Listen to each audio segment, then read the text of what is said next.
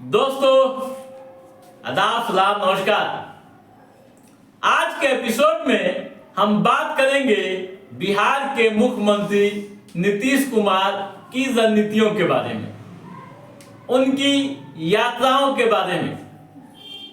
आपको मालूम है कि बिहार में मुख्यमंत्री नीतीश कुमार अब तक कितनी यात्राएं कर चुके हैं, यानी 19 वर्षों में अब तक उनकी कितनी यात्राएं और किन किन नामों से हो चुकी है। दोस्तों, जैसा कि आप जान रहे हैं कि मुख्यमंत्री नीतीश कुमार 23 दिसंबर से यात्रा पर निकलने जा रहे हैं। चंपारण से उनकी यात्रा की शुरुआत हो रही है। यात्रा का नाम प्रगति यात्रा है। जैसे ही उनकी यात्रा को ले रणनीति बनी, शेड्यूल तय हुआ, तब से सियासी तापमान काफी बढ़ा हुआ है। सियासी गलियारों से लेकर आम व खास के बीच उनकी यात्राओं के बारे में कई तरह की चर्चाएं हो रही है। लोग जानने की भी कोशिश करने लगे हैं कि अब तक मुख्यमंत्री नीतीश कुमार कितनी बार यात्राएं कर चुके हैं। दोस्तों, आज के इस एपिसोड में हम आपको डिटेल बताएंगे, विस्तार से बताएंगे कि मुख्यमंत्री नीतीश कुमार 19 वर्षों से लेकर कितनी यात्राएं की हैं। जैसा कि आप जान रहे हैं कि बिहार की सियासत में सड़क पर संघर्ष का काफी महत्व रहा है। वैसे भी कहीं की भी अगर सियासत की बात की जाए, अगर पूरे देश की सियासत की बात की जाए, तो सड़क पर संघर्ष काफी रंग लाता है। आपने हाल के समय में, यानी हाल के वर्षों में राहुल गांधी की यात्रा को देखी होगी। दोस्तों, आइए पहले हम आपको बता दें कि मुख्यमंत्री नीतीश कुमार ने 19 वर्षों के शासनकाल में कितनी बार यात्राएं की हैं। जो डाटा प्राप्त हुए हैं उनके अनुसार मुख्यमंत्री नीतीश कुमार 19 वर्षों में 14 यात्राएं कर चुके हैं। अधिकांश उनकी यात्राएं चंपारण यानी पश्चिमी चंपारण से शुरू हुई है। पहली यात्रा वर्ष 2005 में जब एनडीए की सरकार बनी थी और वे मुख्यमंत्री बने थे, तब पहली यात्रा की शुरुआत हुई थी। यानी आपको बता दूं कि 12 जुलाई वर्ष 2005 में वे न्याय यात्रा पर निकले थे। उसके बाद 9 जनवरी वर्ष 2009 में विश्वास यात्रा की थी। फिर उसके बाद 17 जून वर्ष 2009 में धन्यवाद यात्रा पर निकले थे।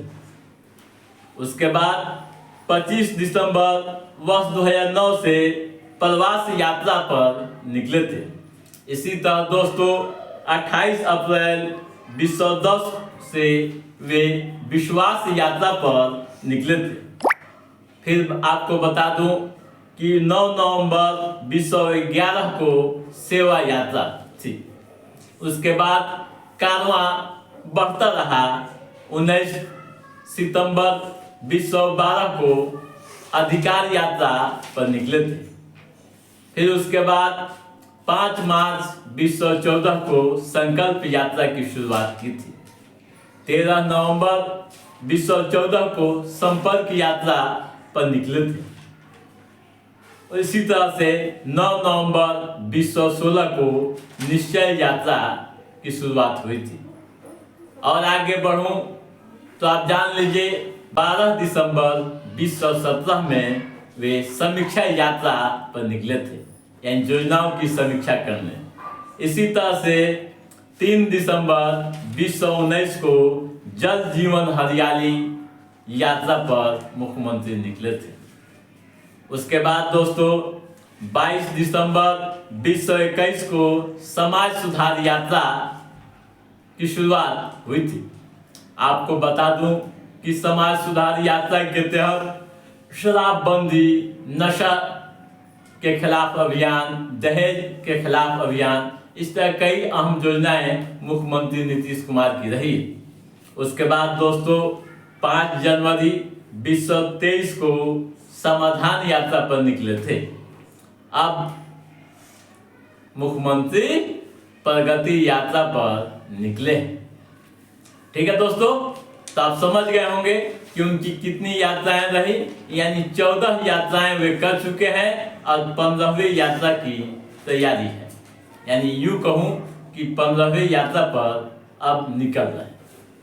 ठीक है, इस यात्रा की भी शुरुआत पश्चिमी चंपारण से हो रही है 23 दिसंबर से।